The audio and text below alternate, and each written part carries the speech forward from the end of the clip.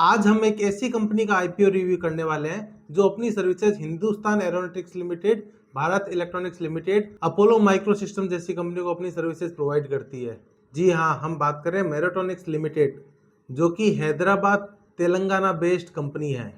ये company ESDM यानी electronic system design and manufacturing company है। कंपनी स्टैब्लिश 14 अक्टूबर 1988 में एज ए प्राइवेट लिमिटेड हुई थी, जो कि 2025 में पब्लिक लिमिटेड में कन्वर्ट कर दी। कंपनी का focus high reliability electronics manufacturing and engineering service पर है, जिससे company mission critical assemblies means ऐसी कंपनी या ऐसे प्रोडक्ट जिसमें 0.001% भी मिस्टेक नहीं रहना चाहिए, यानी कंपनी 99.99% एक्यूरेसी के साथ काम करती है। यदि ऐसे डिवाइसेस में 0.001% भी मिस्टेक रह जाती है तो वो डिवाइस प्रॉपर्ली वर्क नहीं करते हैं। उस टाइप के प्रोडक्ट को मिशन क्रिटिकल असेंबलीज कहा जाता है। मतलब कंपनी बड़े यूनिट के छोटे छोटे पार्ट बनाकर उसको बीईएल और एचएल जैसी बड़ी कंपनियों को प्रोडक्ट डिलीवर करती है, जो कि एक हाई रिलायबल और हाई परफॉर्मेंस स्टैंडर्ड के अकॉर्डिंग क्वालिटी पे मेंटेन रहती है, जो कि कंपनी की रिलायबिलिटी को शो करती है। ऐसे प्रोडक्ट कंपनी मैन्युफैक्चरिंग करके सेल करती है। कंपनी का बिजनेस B2B मॉडल पे काम करता है। ये कंपनियों के साथ कॉन्टेक्ट बनाकर उनको डायरेक्टली उनकी रिक्वायरमेंट के अकॉर्डिंग प्रोडक्ट मैन्युफैक्चर करके उनको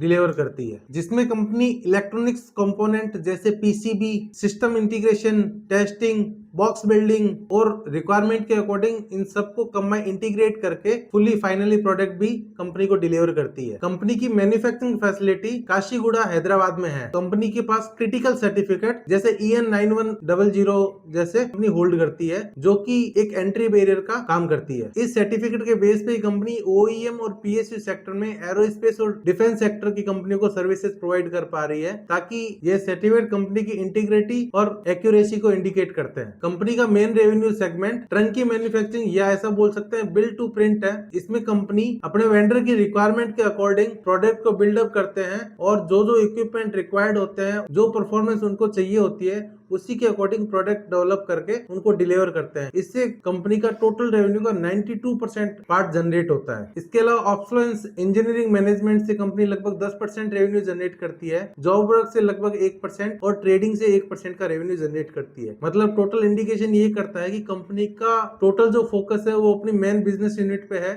जिससे कंपनी स्पेसिफिक रिक्वायरमेंट के according telecom sector, aerospace sector और डिफेंस सेक्टर को अपनी सर्विसेज प्रोवाइड करती है। कंपनी की इंस्टॉल्ड मैन्युफैक्चरिंग फैसिलिटी 31 मार्च 2026 के अकॉर्डिंग SMT असेंबली 10,75,000 बोर्ड्स की है। प्रोडक्ट्स असेंबली यानी बॉक्स बिल्डिंग की कैपेसिटी 4,20,000 यूनिट्स की है। कंपनी के यदि मैनेजमेंट की बात करें तो मिस्टर ध्रुव अमरनाथ, जो कि IIT मद्रास से कंप्यूटर साइंस से पास आउट है, जिनका एक अच्छा एक्सपीरियंस कंपनी की वर्किंग में नजर आता है। इसके अलावा चेयरमैन दोवारी यशुदास है, जिनका 30 साल प्लस का एक्सपीरियंस बिजनेस को स्टैंड करने में हेल्प कर रहा है। कंपनी की इंपोर्टेंट डेट्स की बात कर लेते हैं। 1 जून को इश्यू ओपन होगा, 3 जून को इश्यू क्लोज होगा। कंपनी का जो प्राइस बैंड है 141 से 149 का रखा गया है। कंपनी जो आईपीओ लेके आ रही है वो कंपनी की वैल्यूएशन लगभग 260 करोड़ की वैल्यूएशन पे आईपीओ लेके आ रही है। लॉट साइज 1000 शेयर का होने वाला है। रिटेल कैटेगरी में अप्लाई के लिए कम से कम 2 लॉट के लिए अप्लाई करना होगा, जिसके लिए इन्वेस्टमेंट अमाउंट 2,98,000 का हो जाता है। टोटल इश्यू साइज 70 करोड़ का है, जिसमें ऑब्जेक्ट ऑफ द इश्यू की यदि बात करें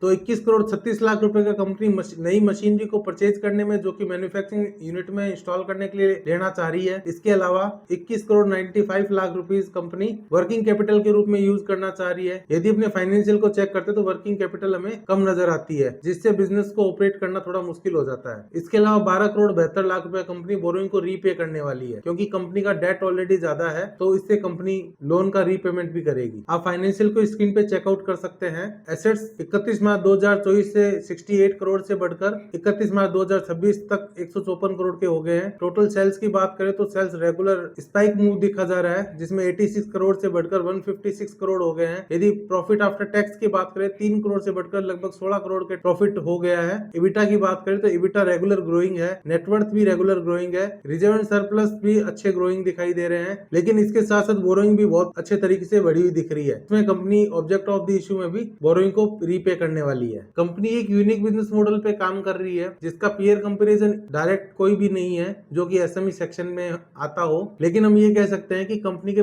पैट मार्जिन अच्छे पे काम कर रही है कंपनी, और कंपनी रेगुलर ग्रोइंग है। EBITDA की बात करें तो 17.42% से ग्रोइंग है, पैट मार्जिन 10.33% से ग्रोइंग है, ROE 30.66% से ग्रोइंग है, ROC 45.26% से ग्रोइंग है, और डेट टू इक्विटी रेशियो 0.81 का हो जाता है, जो कि एक कंट्रोल दिखाई देता है। ये कैलकुलेशन मैंने पोस्ट आईपीओ के हिसाब से बताई है। अब बात करते हैं फाइनल डिसीजन की। तो देखो, कंपनी एक अच्छे सेक्टर से बिलोंग करती है, कंपनी का पोर्टफोलियो अच्छा नजर आता है, यूनिक कंसेप्ट है, एंट्री बैरियर बहुत टिपिकल है, कोई जल्दी से दूसरी कंपनी इसको चैलेंज नहीं कर सकती है, इसको बीट नहीं कर सकती है। तो इसके साथ कंपनी एरोस्पेस और डिफेंस सेक्टर के लिए स्पेशल अपनी सर्विसेज प्रोवाइड करती है। हाई कंसंट्रेशन के साथ कंपनी काम करे, इसकी 99.99% की एक्यूरेसी इनके प्रोडक्ट में दिखाई देती है, जो कि एक इंपॉर्टेंट पॉइंट हो जाता है। तो यदि फाइनल डिसीजन की बात करें तो मैं इसको अप्लाई के लिए कंसीडर करना चाहूंगा। यह कंपनी BSE SME प्लेटफॉर्म पर लिस्टेड होने वाली है, तो इसमें मैक्सिमम लिस्टिंग गेन जो है 90% के आसपास मिल सकता है। अभी करंट ग्रे मार्केट प्रीमियम की बात करें तो 56% के ग्रे मार्केट के प्रीमियम चल रहे हैं, लेकिन मुझे ऐसा लगता है कि इस कंपनी में बहुत अच्छी डिमांड आ जाएगी और लॉन्ग टर्म के लिए भी ये कंपनी अच्छा रिटर्न अपने इन्वेस्टर को जनरेट करके दे सकती है। ऐसा कोई जरूरी नहीं है कि जो मेरा डिसीजन हो वही आपका डिसीजन हो। आप अपने